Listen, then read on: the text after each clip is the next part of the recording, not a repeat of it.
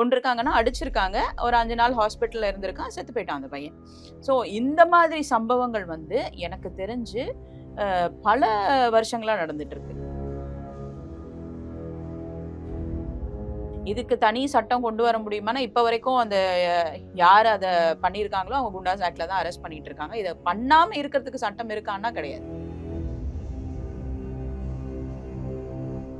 எந்த வகையிலயும் அவன் என் ஸ்டேட்டஸ்க்கு ஈக்குவலா கிடையாது. நீங்க சொன்ன மாரி பெரிய ஒரு ரியல் எஸ்டேட் பெர்சனு அண்ட் ஒரு பிரபலமான கட்சியிலயும் மெம்பரா இருந்திருக்காங்க.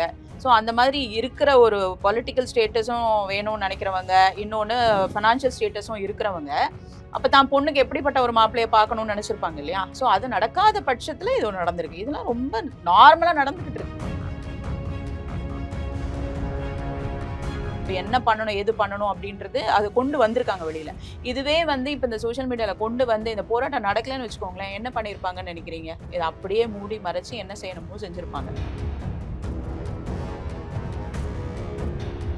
எப்பவுமே ஒரு கிரைமை பொறுத்த வரைக்கும் அவங்களோட மோட்டிவ் என்ன, அவங்களோட இன்டென்ஷன் என்ன, இது பிளான் பண்ணி பண்ணிருக்காங்களா, இல்ல ஏதாச்சும் நடந்துச்சா, இதெல்லாம் வந்து விசாரிக்கும் போதே தெரிஞ்சிடும். So based on that the judge will decide என்ன மாதிரி தண்டனை. நீங்க ஜென்ரலா என்ன பாப்பாங்கன்னா, இது காஸ்ட் பேஸ்டா நடந்துச்சுன்றது தான் எல்லாரும் பாப்பாங்க. Not necessary. எல்லாமே காஸ்ட் பேஸ்ட் ஹானர் கில்லிங் தான் இருக்கும்னு நினைக்கிறேன். இப்ப இந்த கேஸை பொறுத்த வரைக்கும் இட் ஸ்டேட்டஸ் பேஸ்ட் கிளியரா தெரியுது. அவங்க அப்பா அதை அவங்கள பொறுத்த வரைக்கும் எப்படி தெரியுமாப்பா, ஒரு சில குடும்பங்கள்ல எனக்கு தெரிஞ்சு, என் பொண்ணு அந்த பையனை கட்டிக்கூடாது அவ்வளவுதான், நான் பாக்குற பையனை தான் கல்யாணம் பண்ணிக்கணும், அதுக்காக அப்படி என்னோட கௌரவம் போறதுக்கு இப்படி போனா பரவாயில்ல,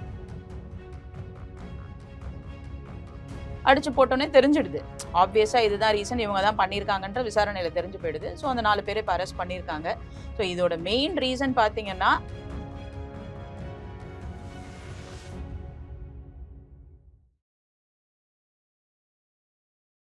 ஃபுல் மூன் சேல் காலை 9 மணியிலிருந்து இரவு 12 மணி வரை ஆகஸ்ட் 27 ஒரு நாள் மட்டும். கிங் டிவி நேயர்கள் அனைவருக்கும் வணக்கம். இன்னைக்கு நம்ம இன்டர்வியூல நம்முடன் இணைஞ்சிருக்க சிறப்பு விருந்தினர் வழக்கறிஞர் திருமதி பிரீதா சுகுமாரன் அவர்கள். வாங்க பேசுவோம். மேம் வணக்கம். வணக்கம்ப்பா. மேம், தமிழ்நாட்டில் வந்து ஒவ்வொரு நாளும் வந்து இந்த கொலை சார்ந்த விஷயங்களும் சரி கேஸுகளுமே பதிவாகிட்டு இருக்கு. ஆனால் அந்த மாதிரி கேஸுகள் வரக்கூடாது எல்லாரோட ஒரு விருப்பமாக இருக்குங்க மேம். அதுலேயும் வந்து ரொம்ப கொடூரமான முறையில் வந்து கொலை செய்யப்பட்ட வழக்குகளும் பார்த்துட்டு தான் இருக்கும். அது முக்கியமாக சொல்லப்போனால் செங்கல்பட்டு மாவட்டத்தில் வந்து 2 பேர் காதலிச்சிருக்காங்க. காதல் பண்ணதுனாலே வந்து பொண்ணோட அப்பா பிளான் பண்ணி பையனை கொண்டு இருக்காரு. இந்த இஷ்யூ வந்து தமிழ்நாடு முழுக்க ஒரு வைரலாக போயிட்டு இருக்குங்க மேம். இந்த கேஸ் பற்றி நீங்கள் என்ன நினைக்கிறீங்க? ஃபர்ஸ்ட் பார்த்தீங்களா? என்ன சொல்றீங்க மேம்? கேஸை பார்த்தேன்ப்பா. இந்த கேஸ் என்ன சொல்றது, இப்போ என்னோட டைம் பீரியட்லேயே பார்த்தீங்கன்னா, இந்த கேஸ் வந்து நானும் சின்ன வயசுலேருந்து கேட்டுட்டு தான் இருக்கேன். இந்த மாதிரி வந்து ஒன்று ஸ்டேட்டஸ் இஷ்யூ, இல்லை காஸ்ட் இஷ்யூ, இல்லை கம்யூனிட்டி இஷ்யூ, இல்லை வந்து பேரண்ட்ஸ்க்கு நடுவில் ஏற்கனவே ஒரு பகை இருக்கும், அதனால பொண்ணு கொடுக்க மாட்டேன். இந்த மாதிரி இஷ்யூஸில் நிறைய கில்லிங் நடந்துட்டு இருக்கு. அதாவது என் பொண்ணு இவனை தான் கட்டிக்கணும், இவனை கட்டிக்கக்கூடாது அப்படின்ற இதில் ஒரு சில பேரண்ட்ஸ் ரொம்ப ரொம்ப பிடிவாதமாக ஒரு இருக்கும். விதமான திணிப்பு. ஆமா. அது நான் தப்பு சொல்ல மாட்டேன். நான் எல்லாத்தையும் தப்பு சொல்ல மாட்டேன். ஒரு விஷயம் பார்க்கும்போது, என் குழந்தை இவ்ளோ நாள் வளர்க்க தெரிஞ்ச எனக்கு, அந்த குழந்தை எங்க கல்யாணம் பண்ணி குடுக்கணும்னு நெனைக்கிறது ஒரு பேரண்ட்ஸோட தப்பு இல்ல. ஏன்னா, அந்த பெண் வந்து ஒரு சின்ன அந்த வயசுல ஒரு ஒரு விவரம் தெரியாத வயசு. அந்த வயசுல வந்து என் குழந்தை எங்க கல்யாணம் பண்ணிட்டு போனா நிம்மதியா இருப்பா. அவங்கள எப்படி நல்லா பார்த்துப்பாங்கன்னு ஒரு பேரண்ட்ஸ் நெனைக்கிறது ரொம்ப சாதாரண விஷயம். ஆனா, இதையே காரணமா வச்சு இந்த மாதிரி ஒரு சம்பவங்கள்லாம் நடக்கிறது. அதாவது இப்ப இந்த ரீசன்ட் சம்பவம் பார்த்தீங்கன்னா, தையூர்ல ஒரு பிரவீன் குமார்ன்னு ஒரு பையன வந்து அப்பா, அவங்களோட சொந்தக்காரங்க. அப்பா, அவங்க பையன், அதுக்கப்புறம் அவரோட தம்பி, அதுக்கப்புறம் ஃப்ரெண்ட் ஒரு 4 பேர் சேர்ந்து கொன்றுருக்காங்க. கொன்றுருக்காங்கன்னா, அடிச்சிருக்காங்க. ஒரு 5 நாள் ஹாஸ்பிட்டல்ல இருந்திருக்கான். செத்து போயிட்டான் அந்த பையன். ஸோ இந்த மாதிரி சம்பவங்கள் வந்து எனக்கு தெரிஞ்சு பல வருஷங்களா நடந்துட்டு இருக்கு. ஸோ இப்ப நமக்கு நெறைய தெரிய வாய்ப்பு வந்தது காரணம் வந்து சோசியல் மீடியா தான். இல்லாட்டி இதுக்கு முன்னாடிலாம் நம்ம ஒரு நியூஸ் பார்ப்போம். அந்த நியூஸ்ல சொல்லிட்டு இருப்பாங்க. பட் அக்கம் பக்கத்துல இருக்கவங்க இந்த மாதிரி பண்ணிட்டாங்க. எனக்கு தெரிஞ்ச ஒரு இன்சிடென்ட்ல வந்து பெத்த அப்பாவே பெண்ண வந்து அந்த பையனை கொல்றதுக்கு பதிலா பெண்ணுக்கு விஷம் கொடுத்து அந்த பெண்ணை வந்து தூக்குல மாட்டி விட்ட பேரண்ட்ஸை பத்திலாம் நான் கேள்விப்பட்டிருக்கேன். ஸோ இது வந்து இன்னைக்கு நேத்து இல்ல, பல வருஷங்களா நடந்துட்டு இருக்கு. இதுக்கு தனி சட்டம் கொண்டு வர முடியுமானா, இப்ப வரைக்கும் அந்த யார் அத பண்ணியிருக்காங்களோ அவங்க குண்டாஸ் ஆக்ட்ல தான் அரெஸ்ட் பண்ணிட்டு இருக்காங்க. இத பண்ணாம இருக்கிறதுக்கு சட்டம் இருக்கான்னா கிடையாது. ஓகே. இப்ப இந்த கேஸ்ல வந்து பொண்ணோட அப்பா வந்து பணக்காரரு, தொழிலதிபர், ரியல் எஸ்டேட். பையன கூப்பிட்டு மிரட்டிருக்காங்க. அந்த பையன் வந்து மிகவும் வந்து ஒரு நடுத்தர குடும்பத்தை சேர்ந்தவரு. கூப்பிட்டு மிரட்டி அந்த பையன் கேட்கல அப்படின்னு ஒரு காரணத்துக்காக கொலை பண்ணியிருக்காங்க அந்த விசாரணை வந்திருக்குங்களா மேம்? ஆமா, ஆமாப்பா. இந்த பையனும் இந்த பொண்ணும் ஒரு 3 ஃபியூ வருஷமா. இயர்ஸாவே வந்து ஓகே. காதலிச்சு வந்திருக்காங்க. அந்த பையனுக்கு ஒரு 27, 23 வயசு தான் இருக்கும் போல இருக்கு. இந்த பொண்ணு முதல் வருஷம் காலேஜ் படிச்சுக்கிட்டு இருக்காங்க. ஸோ இத பத்தி அவங்க அப்பாவுக்கு ஒரு 6 மாசத்துக்கு முன்னாடி தெரிய வருது. தெரிய வரும்போது இந்த பெண்ணோட ஃபோன் எல்லாம் வாங்கி இந்த ஃபோன் தானே பெரிய ரீசனா இருக்கு. ஸோ ஃபோன வாங்கி வச்சுடுது. இந்த பொண்ணு என்ன பண்ணுது, ஃப்ரெண்ட்ஸோட ஃபோன யூஸ் பண்ணி திரும்ப இந்த பையன்கிட்ட பேசுது. ஸோ இப்படி பேசிக்கிட்டு இருக்கும்போது, "திரும்ப பேசிக்கிட்டு இருக்கியா?" அப்படின்னு சொல்லிட்டு பொண்ண கூப்பிட்டு வார்ன் பண்ணியிருக்காங்க. சரி இந்த பொண்ணு எவ்வளோ சொன்னாலும் பொண்ணு கேட்க மாட்டேங்கிறா அப்படின்ற மாரி மைண்ட் செட்டுக்கு அவங்க வந்துட்டாங்க. ஸோ இந்த அப்பாவும், இந்த பையனும் சேர்ந்து என்ன பிளான் பண்றாங்க, இந்த கூலிப்படைக்கு சொல்றாங்க. இந்த மாதிரி எவ்வளோ சொன்னாலும் கேட்க மாட்டேங்கிறான். இவங்க கொலை பண்றதுக்கு சொன்னாங்களா? இல்ல அடிக்கிறதுக்கு சொன்னாங்களா? நமக்கு தெரியாது. அது விசாரணையில தான் தெரிய வரும். யார்கிட்டயோ சொல்லியிருக்காங்க. அவன் இந்த பையன் எங்கேயோ வெளியில நின்னு ஏதோ ஃபோன் பேசிட்டு இருக்க நேரத்துல, அந்த 14 தேதி பையன் இரவு. இரவு. ம். அன்னைக்கு பேசிட்டு இருக்க நேரத்துல, அவன பயங்கரமா போட்டு அடிச்சுடுறாங்க. ரொம்ப கிரீவஸ் ஹர்ட் ஆக்சுவலா. இது வந்து மோட்டிவ் வந்து அவன அடிச்சு இது பண்ணும். It can kill. It can lead to killing also. நமக்கு தெரியாது. அத 5 நாள் கழிச்சு செத்துருக்கான்ல, அப்ப எந்த மாரி அடிச்சிருப்பாங்க பாத்துக்கோங்க. அடிச்சு போட்டுடுறாங்க. அடிச்சு போட்டோனே தெரிஞ்சிடுது. ஆப்வியஸா இதுதான் ரீசன். இவங்க தான் பண்ணியிருக்காங்கன்ற விசாரணையில தெரிஞ்சு போயிடுது. ஸோ அந்த 4 பேர இப்ப அரெஸ்ட் பண்ணியிருக்காங்க. ஸோ இதோட மெயின் ரீசன் பாத்தீங்கன்னா, என்னோட காஸ்ட் கிடையாது. என்னோட ஸ்டேட்டஸ விட அந்த பையனோட ஸ்டேட்டஸ் ரொம்ப கம்மி. ஏன்னா ஒரே கம்யூனிட்டி சேர்ந்தவங்க தான் நெனைக்கிறேன். எனக்கு தெரிஞ்ச இப்ப இன்ஃபர்மேஷன் படி ஆனா மேம் இது ஆணவ கொலைன்னு சொல்லி அவங்க ஃப்ரெண்ட்ஸ் போராட்டம் பண்ணியிருக்காங்களா மேம்? இது ஆணவ கொலைன்றாங்களே. அதோட அர்த்தம் புரியாம ஆணவ கொலைன்றதே it could be related to money, status என் குடும்பத்துக்கு அசிங்கமாயிடும். புரியுதுங்களா? ஹானர் கில்லிங் தானே. என்னோட என்னோட it's a shame to my family அப்படின்ற ஒரு காரணத்துக்காக தான் பண்ணியிருக்காங்க. ஏன்னா அந்த பையன் ஒரு எலக்ட்ரீஷியன் போல இருக்கு. அப்பா ஆமா. இல்லாத குழந்தை வேற. ஸோ அம்மா வந்து அந்த நியூஸ பார்த்தீங்கன்னா தெரிஞ்சிருக்கும். அவங்க எவ்ளோ ரொம்ப சாதாரண குடும்பத்த சேர்ந்தவங்க. அவங்களுக்கு சிப்லிங்ஸும் பார்த்தீங்கன்னா 2, 3 பேர் சிப்லிங்ஸும் இருக்காங்க அந்த பையனுக்கு. ஸோ அந்த மாதிரி ஒரு குடும்பத்தில என் பொண்ண கல்யாணம் பண்ணி குடுத்து நான் படுத்த விரும்பல. ஏன்னா அவங்க ரொம்ப பார்த்து பார்த்து வளர்த்துருப்பாங்க இல்லையா? ஸோ இது வந்து பேரண்ட்ஸ்க்கு இல்ல என்னன்னா பொண்ணு வந்து கஷ்டப்படக்கூடாதுன்னு விரும்பலீங்களா? இல்ல இவன் இப்படிப்பட்ட ஒரு மனுஷன் வந்து எனக்கு மாப்பிள்ளையா வந்தா என்னோட ஸ்டேட்டஸ்க்கு அசிங்கம்ன்னு அப்படி பார்த்தாருங்களா? 2 விதமாவும் இருக்கும். ஃபர்ஸ்ட்டு பொண்ண பத்தி யோசிக்கும்போது, அந்த மாரி குடும்பத்தில போய் வாக்கப்பட்டா, என் பொண்ணு கஷ்டப்பட போறான்றது தான் ஃபர்ஸ்ட்டு அவங்க ப்ரிஃபரன்ஸா இருக்கும். பொண்ணுகிட்ட சொல்லி பார்த்துருக்காங்க. பொண்ணு கேட்கல. அப்ப என்ன நினைப்பாங்க? பொண்ணு சொன்னா கேட்க மாட்டேங்கிறா. ஸோ ஆப்வியஸ்லி தன்னோட குழந்தை தான் ஃபர்ஸ்ட் இம்பார்ட்டன்ட்ன்னு எந்த பேரண்ட்ஸும் நினைப்பாங்க. அப்ப இவகிட்ட சொல்லி கேட்கலையா? இவன் இருந்தா தானே பிரச்சனை. இவன அடிச்சு போடு அப்படின்னு சொல்லிட்டு அந்த வேலையும் பண்ணியிருக்காங்க. நீங்க சொன்ன மாதிரி ஸ்டேட்டஸ்.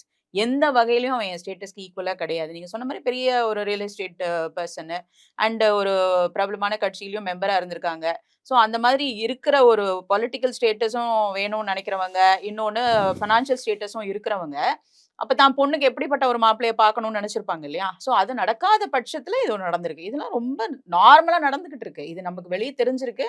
நெறைய வெளிய தெரியாத நெறைய விஷயங்கள் நடந்துட்டு தான் இருக்கு. எனக்கு தெரிஞ்சே பல வருஷங்களா நடந்துட்டு தான் இருக்கு.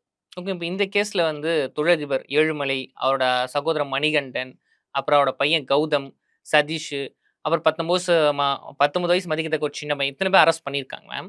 இப்ப அவங்க என்ன ஸ்டேட்மெண்ட் குடுத்துருக்காங்க இந்த கேஸ்ல?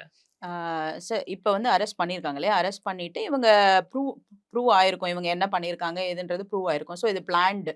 ஆப்வியஸா அந்த பையன அடிக்கணும். அந்த grievous hurt with weapon. So இதெல்லாம் வந்து பிளான்டா நடந்திருக்கு. ஸோ இது பிளான்டா நடக்கும்போது ஆப்வியஸா அவங்க ஸ்டேட்மெண்ட் எடுப்பாங்க. எடுக்கும்போது இவங்க தான் பண்ணியிருக்காங்க. அது அவங்க பாடி எடுக்கிறதுக்கு போராட்டம் பண்ணும்போதே ஆப்வியஸா இது பெருசா கொண்டு போணுன்றது அவனோட ஃப்ரெண்ட்ஸ் நெனச்சதுனால தான் இவ்ளோ இவ்ளோ இப்ப சோசியல் மீடியா அட்ராக்ஷன் வந்திருக்கு. ஸோ என்ன பண்ணணும், ஏது பண்ணணும் அப்படின்றது அத கொண்டு வந்திருக்காங்க வெளியில. இதுவே வந்து இப்ப இந்த சோசியல் மீடியால கொண்டு வந்து இந்த போராட்டம் நடக்கலன்னு வச்சுக்கோங்களேன், என்ன பண்ணியிருப்பாங்கன்னு நெனைக்கிறீங்க? இத அப்படியே மூடி மறைச்சு என்ன செய்யணுமோ செஞ்சிருப்பாங்க. பட் லக்கிலி இவனுக்கு இருந்த சப்போர்ட் ஃபேக்டர்ஸ் பார்த்தீங்கன்னா, நீங்க பாடி வாங்க மாட்டோம். இதனால தான் நடந்திருக்கு. இது ஒரு காதல் விவகாரத்தால தான் நடந்திருக்குன்னு வெளியில கொண்டு வந்ததுனால, all these people were arrest. அதுக்கு முக்கியமா ஒருத்தர் ஒரு மாஸ்டர் பிளான் பண்ணி குடுத்துருக்காங்கன்னு ஒருத்தர் சதீஷ்ன்ற ஆமாங்க ஒருத்தவர மேம். சதீஷ். அவர அவரையும் புதுச்சேரியில அரெஸ்ட் பண்ணியிருக்காங்க. அவரையும் அரெஸ்ட் பண்ணியிருக்காங்க. ஸோ இத விசாரிக்கும்போது ஆப்வியஸா இட்ஸ் ப்ரூவன்னா அதுக்கு உண்டான தண்டனை என்னமோ. லைக் இப்ப இந்த நான் சொன்னேன் இல்லையா? இந்த மாரி ஒரு கிரீவியஸ் ஹர்ட் பண்ணி அவர் மர்டரும் ஆயிருக்கு. அதுக்கு உண்டான தண்டனை நம்ம இம்ப்ரிசன்மென்ட்ல அண்ட் டெத் இது 2த்துல எது என்ன இன்டென்சிட்டில இத பண்ணியிருக்காங்க. எப்பவுமே ஒரு கிரைம பொறுத்தவரைக்கும் அவங்களோட மோட்டிவ் என்ன? அவங்களோட இன்டென்ஷன் என்ன? இது பிளான் பண்ணி பண்ணியிருக்காங்களா? இல்ல எதாச்சும் நடந்துச்சா? இதெல்லாம் வந்து விசாரிக்கும் போதே தெரிஞ்சிரும். So based on that the judge will decide என்ன மாதிரி தண்டனைன்றது ஓகே. ஜட்ஜ் வில் இன்னொரு டிசைட். கேள்வி. இப்ப இந்த நியூஸ் வந்து சோசியல் மீடியா முழுக்க பரவுன பிறகு எல்லாரும் சொன்ன அந்த ஒரு வார்த்தைனா ஆணவ கொலை, ஆணவ கொலை அப்படின்னு. ம். ஆனா இப்ப நீங்க என்ன இது வந்து ஆணவ கொலை கிடையாது. அப்ப ஆணவ கொலைக்கும் இந்த மாரி கொலைக்கும் என்ன டிஃபரெண்ட் மேம்? சட்ட ரீதியாவே? ஆணவ கொலைன்றது இங்கிலீஷ்ல சொல்லும்போது ஹானர் கில்லிங் கில்லிங். சொல்லுவாங்க. ஓகே. ஹானர்ன்றது it can be caste, it can be status, it can be shame to the family. என்ன பாராமீட்டர்ஸ்ல வேணா இத சொல்லலாம். நீங்க ஜென்ரலா என்ன பார்ப்பாங்கன்னா, இது காஸ்ட் பேஸ்ட்ல நடந்துச்சுன்றது தான் எல்லாரும் பார்ப்பாங்க. Not necessary. எல்லாமே காஸ்ட் பேஸ்ட் ஹானர் கில்லிங் தான் இருக்கும்னு நினைக்கிறேன். இப்ப இந்த கேஸ பொறுத்தவரைக்கும் இட் இஸ் ஸ்டேட்டஸ் பேஸ்ட் கிளியரா தெரியுது. அப்ப காஸ்ட் இது பேஸ்ட் ஆணவ நடந்த மாரி கொலைன்ற ஒரு கேஸ்ல வராது. சொல்லலாம். ஏன்னா அது சொல்லலாம். ஹானர் கில்லிங் தானே. It is you are giving என்ன சொல்றது, என்னோட ஃபேமிலிக்கு நீ ஷேம கொண்டு வர அப்படின்ற ஒரு விஷயத்துல எடுத்துட்டு போலாம். ஸ்டேட்டஸ் ப்ராப்ளம் எடுத்துட்டு போலாம். இது 2மே ஹானர். ஹானர்ன்றது என்ன? நான் நான் நான் ஒரு நல்ல நிலைமையில இருக்கேன். என்ன அசிங்கப்படுத்துறதுக்கு ஒரு விஷயம் நடக்குது. ஹானர் இஸ் தட் அந்த அந்த வேர்டுக்கு அர்த்தம் அதுதானே. So not necessary it is because of காஸ்ட்ங்கிறேன். It could be any reason. இத பொறுத்தவரைக்கும் ஸ்டேட்டஸ்ங்கிறேன் நானு. ஆணவ கொலைன்னு சொல்றது கரெக்ட் தான். It is based on the status and not on the caste. ஓகேம்மா. இப்போ இப்படிப்பட்ட ஒரு கொலை சம்பவம் நடந்ததுக்கு போலீஸ் விசாரணை பண்ணியிருக்காங்க. அரெஸ்ட்டும் பண்ணியிருக்காங்க. அப்ப இங்க சட்டம் வந்து சரியா நடைமுறை வந்திருக்கு அப்படின்னு. ஆனா சட்டம் இன்னமும் வந்து நடைமுறை இருந்தாலும் இருக்கு. ஆனாலும் இன்னொரு பக்கம் கொலைகள் நடந்துகிட்டு தான் இருக்கு. ஆணவ கொலைன்ற பேர்ல. இப்ப நீங்க கிட்டத்தட்ட 2015 எடுத்தீங்கன்னா கோகுல்ராஜ் ஆணவ கொலையா இருக்கட்டும். 2016ல வந்து உடுமலைப்பேட்டை ஆணவ கொலையா இருக்கட்டும். இப்படி ஒவ்வொரு வருஷமும் ஆணவ கொலைகள் நடந்துகிட்டு தான் இருக்குங்க. இத ஆமா. நீங்க எப்படி பார்க்குறீங்க?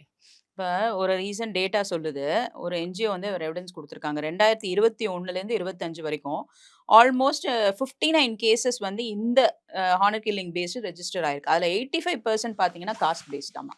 காஸ்ட் எண்டோகேமிங்கிறாங்க. அதாவது ஒரு ரொம்ப பிற்படுத்தப்பட்ட ஒரு பையன், கொஞ்சம் அடுத்த ஜாதியில இருக்க ஒரு பொண்ணு. இவங்க 2 பேத்துக்கும் காதல் இருந்ததுன்னா, அத வந்து தே தே அது 85% ரெஜிஸ்டர் ஆனது காஸ்ட் பேசிஸ்ல தான் சொல்றாங்க. அதுதான் ஹையஸ்ட் ரிஸ்க். இது பார்த்தீங்கன்னா, திருநெல்வேலி, தூத்துக்குடி, தென்காசி, மதுரை, தருமபுரி பெல்ட்ல நெறைய நடந்திருக்கு. நீங்க சொன்ன அந்த ஜோன்ல அதிகமாவே இருக்குல்ல மேம்? அதிகமா இருக்கு. ஏன்னா கவின் கேஸ் நீங்க பார்த்தீங்கன்னா, அத பேஸ் பண்ணி தான். அது வந்து பொண்ணு வந்து ஒரு காப் ஃபேமிலிலேருந்து இருக்காங்க.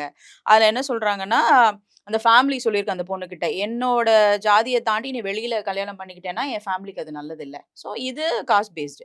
இன்னொன்னு வந்து அ மேரியிங் வித்தின் த அதாவது ஒரே வில்லேஜ்க்குள்ள, ஒரே இதுக்குள்ள கல்யாணம் பண்ணிக்கணும்னு நெனைப்பாங்க. அத தாண்டி நீ வெளிய போய் கல்யாணம் பண்ணிக்காத. வெளில போய் கல்யாணம் பண்ணிக்கிட்டேன்னா, என்ன ஊர்லேருந்து ஒதுக்கி வச்சுருவாங்க. இந்த டேபூலாம் இன்னமும் இருக்கு. டவுன் சவுத்லலாம் இன்னமும் இருக்கு. இன்னொன்னு பார்த்தீங்கன்னா, இந்த பஞ்சாயத்து நடுவுல வந்துரும். அதாவது, நீ இவங்கள கல்யாணம் பண்ணிக்க கூடாது. இவங்களுக்குள்ளே பஞ்சாயத்துக்குள்ளேயே முடிவு பண்ணுவாங்க. கல்யாணம் பண்ணிக்க கூடாது. கல்யாணம் பண்ணிக்கிட்டேன்னா வந்து உன்ன ஊர்லேருந்து இந்த பழைய இதில சொன்னேன் இல்லையா? ஊர்லேருந்து ஒதுக்கி வச்சுருவேன். நீ எதுலயுமே கலந்துக்க முடியாது. எதுலயுமே சேர்த்துக்க மாட்டாங்க. அது நெறைய கம்யூனிட்டில அது நடக்கும். நெறைய கம்யூனிட்டில எனக்கு தெரிஞ்சு ஒன் ஆஃப் தி எக்ஸாம்பிள்ல இது பல வருஷத்துக்கு முன்னாடி நடந்தது. One of the high end community. அதுல வந்து வேற ஒரு ஃபாரினர் கல்யாணம் பண்ணிக்கிட்டாரு பையன். இது ரொம்ப பெரிய குடும்பம். ஃபாரினர் கல்யாணம் பண்ணிக்கிட்டதுனால, அவங்கள சொத்த குடுத்து வெளில அனுப்பிச்சுட்டாங்க. இது உன்னோட ப்ராப்பர்ட்டி. இத நீ எடுத்துட்டு வெளில போயிடு. என் குடும்பத்துல எந்த சம்மந்தமும் நீ வச்சுக்காத. ஒரு ஆண்மகன். அதாவது ஒரு பையன் ஒரு ஃபாரினர் கல்யாணம் பண்ணிக்கிட்டான்னு சொல்லி, ஃபேமிலிலேருந்து ஒதுக்கியே வச்சுட்டாங்க. இதெல்லாம் ரொம்ப ப்ராமினன்ட் கேஸஸ் தமிழ்நாட பொறுத்தவரைக்கும். நான் பெயர் சொல்ல விரும்பல. ஆனா இது one of the prominent cases. இன்னொன்னு இந்த ப்ராப்பர்ட்டி அண்ட் டவுரி ஃபியர். அதாவது நெறைய பணம் குடுத்து கல்யாணம் பண்ண வேண்டிய அவசியம் இருக்கும். அப்படின்றதுனால கூட அவாய்ட் பண்ற ஃபேக்டர்ல அதுல கூட நெறைய இது வந்திருக்கு. இன்னொன்னு நெறைய என்ன ஆகும், ஃபேமிலி வந்து இப்போ ஒரு பொண்ணு வந்து இன்னொரு பையனோட சுத்துதுன்னு வச்சுக்கோங்களேன். டக்குன்னு என்ன பண்ணுவாங்க நெய்பர்ஸ், "உன் பொண்ண நான் அங்க பார்த்தேன். உன் பையன இங்க பார்த்தேன்." இந்த மாரி ஒரு ஃபியர் இருக்குல்ல. சோசியல் ஃபியர் இருக்குல்ல.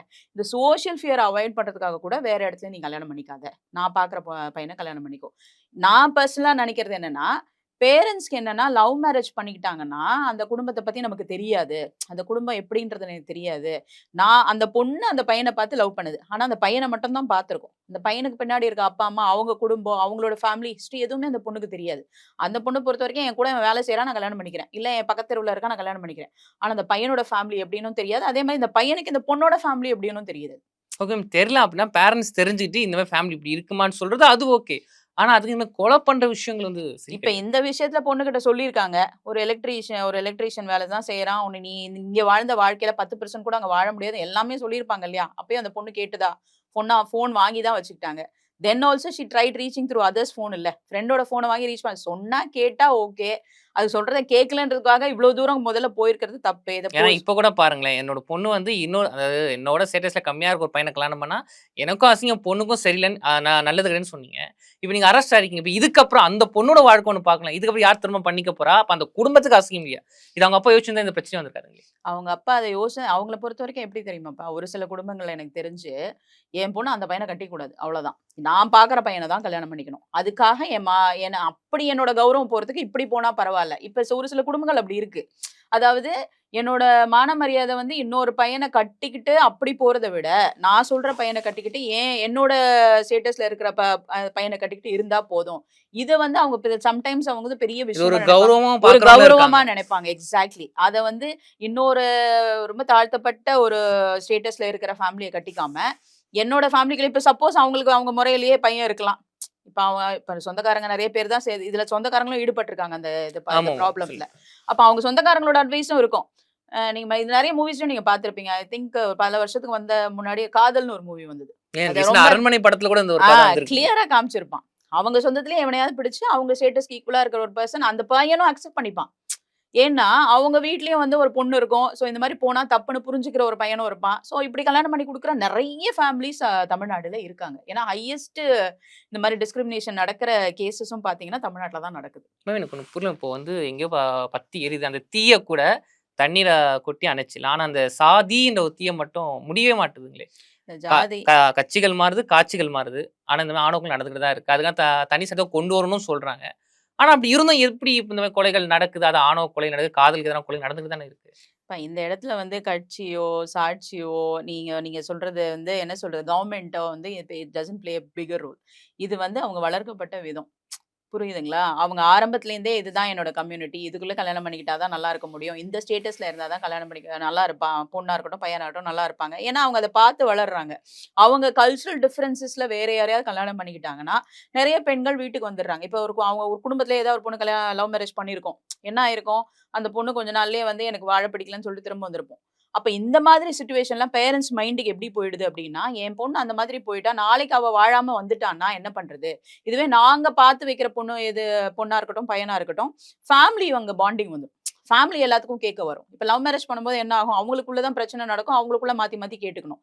இதுவே ஃபேமிலி பார்த்து ஒண்ணு பண்ணி வைக்கும்போது, உனக்கு ஏதாவது ஒரு பிரச்சனைனாலும் இம்மீடியட்டா ஃபேமிலி வில் கம் இன். நெறைய பசங்க வந்து நம்ம லவ் மேரேஜ் பண்ணிக்கிட்டோம். பேரண்ட்ஸ் கிட்ட இதெல்லாம் சொல்லக்கூடாதுன்னு நெறைய பேர் இன்னமும் அவஸ்தைப்பட்டுட்டுறவங்க இருக்காங்க. இதுவே ஃபேமிலின்னு ஒண்ணு வரும்போது என்ன பண்றாங்க, அந்த பொண்ணுக்கும், அந்த பையனுக்கும் பிரச்சனைன்னா, ஃபேமிலி இஸ் என்டரிங். அவங்க அந்த ப்ராப்ளத்த சால்வ் பண்ண நெனைக்கிறாங்க. அண்ட் அவங்களுக்குள்ள கல்ச்சுரல் டிஃபரன்ஸஸ் தெரியுது. முடிஞ்ச வரைக்கும் சொந்தத்துக்குள்ளேயே பண்ணிப்பாங்க. ஸோ அவங்களோட ஸ்டேட்டஸ், இவங்களோட ஸ்டேட்டஸ்ன்னு எந்த பிரச்சனையும் இருக்காது. ஸோ இப்படி பண்ணி வச்சா தான் என் பொண்ணு நல்லா இருப்பா, என் பையன் நல்லா இருப்பான்னு நெனைக்கிறது.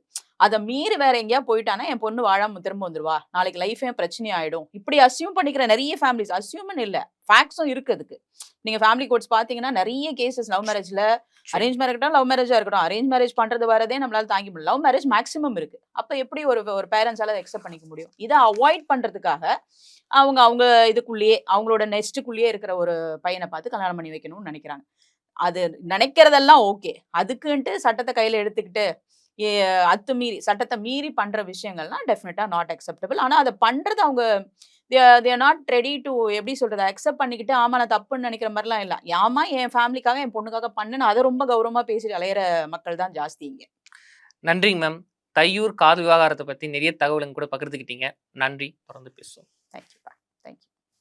ஃபுல் மூன் சேல் காலை 9 மணியிலிருந்து இரவு 12 மணி வரை ஆகஸ்ட் 27 ஒரு நாள் மட்டும்.